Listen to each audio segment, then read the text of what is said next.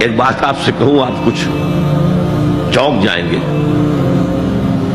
حضور نے کبھی زکوٰۃ دی؟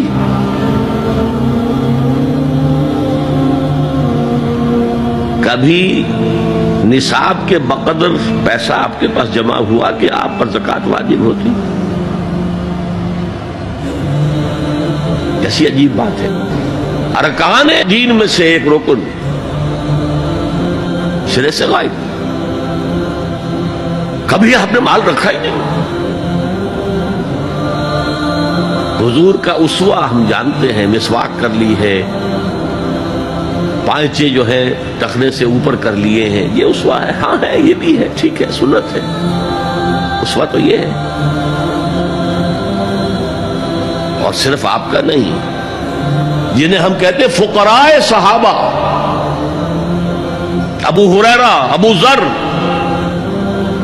سلمان فارسی، علی رضی اللہ تعالی عنہم اجمعین، یہ فقراء صحابہ میں سے تھے. کبھی کچھ نہیں رکھا اپنے پاس. میں نے بتایا تھا آپ کو شاید کہ حضرت علی کی جب شادی ہو رہی تھی حضرت فاطمہ سے، کوئی مکان تھا ہی نہیں، کہاں لے کے جائیں. ایک انصاری نے ایک حجرہ دیا ہے اپنے مکان کا، اس میں حضرت فاطمہ ودا ہو کر گئی. He didn't have any home. ابو ذر وہ تو دوسری انتہا کو چلے گئے تھے. قانون یہی ہے، حلال سے کماؤ، اگر ایک حد سے آگے بڑھ جائے تو زکوٰۃ دے دو، باقی تمہارے اختیار میں ہے. دینا چاہو دو، نہ دینا چاہو رکھو اپنے پاس. قانون اس سے زیادہ آپ کو پابند نہیں کرے گا. کبھی بھی آپ نے جبر نہیں کیا، ایمرجنسی میں بھی جبر نہیں کیا. ایک واقعہ آتا ہے کہ حضور کو کئی وقت کا فاقہ تھا. تھوڑی دیر کے بعد حضرت ابو بکر آئے. آپ نے چہرے سے پہچان لیا کہ فاقے سے.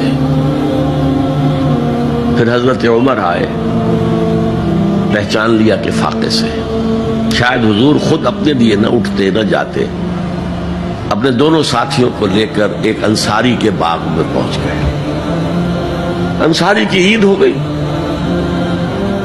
فوراً لا کر اس نے کچھ کھجوریں، کچھ انگوروں کے گوشے رکھے. اس کے بعد وہ دوڑا چھری لے کر کسی جانور کو ذبح کرنے کے لیے.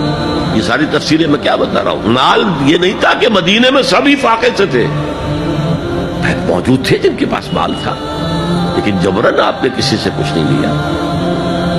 جب وہ چھری لے کر چلا، فرمایا دیکھنا کسی دودھ والے جانور کو نہ ذبح کرنا. بہرحال کچھ دیر کے بعد وہ گوشت پکا کر لایا، روٹیاں رکھی.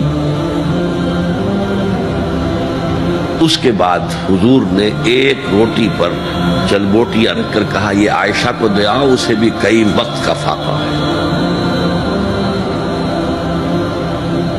اور پھر حضرت عمر کی طرف رک کر کے کہا عمر یہ ہیں وہ نعمتیں جس کا حساب دینا پڑے گا اللہ کے ہاں. وَأَمَّا بِنِعْمَةِ رَبِّكَ فَحَدِّثْ. اور یہ جو فرمایا گیا الہاکم التکاثر میں، نعمتوں کا حساب لیا جائے. وَلَا تُسْأَلُنَّ يَوْمَئِذٍ عَنِ النَّعِيمِ. فرمایا یہ نعمتیں، یہ ہے اصل میں انفاق کا معاملہ. آپ کے اس پر چھوڑ دیا گیا ہے. جتنا بھی آپ میں جذبہ ہے، جتنا بھی آخرت کا یقین ہے، اتنا ہی آپ پسند کریں گے کہ آخرت کے بینک میں جمع کرائیں، یہاں کے بینکوں میں کیوں جمع کرائیں. یہاں کتنا دے دیں گے آپ کو؟ 10%، 20%. وہاں 700% ملتا ہے. 700% نہیں، 7000، 700 گنا. Why to keep it in these banks? حضرت مسیح کا جو پہاڑی کا باس بہت مشہور ہے، سرمن آف دا ماؤنٹ، بڑے پیارے الفاظ ہیں. میں آپ سے اپنا تاثر عرض کیے بغیر نہیں رہ سکتا. جہاں تک مواعظ کا تعلق ہے، جو حضرت مسیح کے مواعظ آئے ہیں ان سے اونچے وعظ کوئی ممکن نہیں. اسی میں یہ جملہ بھی ہے، دیکھو اپنا مال زمین پر جمع نہ کرو. جہاں چوری بھی ہوتی ہے ڈاکہ بھی پڑتا ہے، کیڑا بھی خراب کرتا ہے. آسمان پر جمع کرو جہاں نہ چوری کا اندیشہ نہ ڈاکے کا خوف، نہ کیڑا خراب کر سکے۔ اس لیے کہ میں تم سے سچ کہتا ہوں کہ جہاں تمہارا مال ہوگا وہیں تمہارا دل ہوگا۔ مال یہاں ہوگا تو دل اٹکا ہوا ہوگا، اور فرشتے اس طرح گھسیٹ کر کھینچیں گے آپ کی جان کو جیسے کہ سیخ پر سے کباب کھینچا جاتا۔ اور اگر دل وہاں لگا ہوا ہے جس کے لاکھوں کروڑوں ڈالر سوئس بینکس میں جمع ہے، اسے کہا جائے نکل جاؤ پاکستان سے، اسے کوئی تکلیف ہوگی؟ نکل جاؤ فلاں ملک سے، ملک بدل کرتے تمہیں کیا تکلیف؟ میرے بینک کے اندر پیسے ہیں۔ البتہ جس کا باہر کچھ نہ ہو اسے اگر یہ دی جائے سزا تو اس کی تو جان پر بن جائے گی۔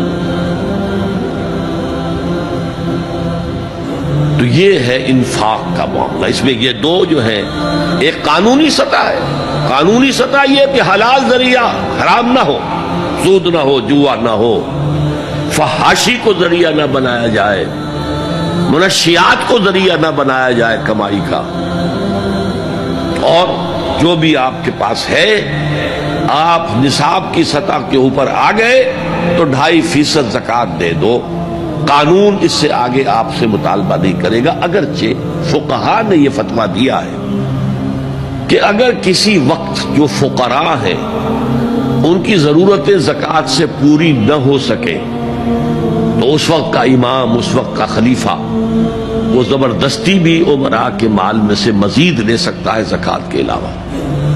لیکن کمال یہ ہے محمد رسول اللہ صلی اللہ علیہ وسلم کا کہ نہایت جان اصل تحریک جو تھی، انقلابی تحریک، اس میں بھی کبھی آپ نے جبر سے کام نہیں کیا۔ دین کی بات پھیلانا صدقہ جاریہ ہے۔ ثواب کی نیت سے ویڈیو کو شیئر ضرور کیجیے۔ جزاک اللہ۔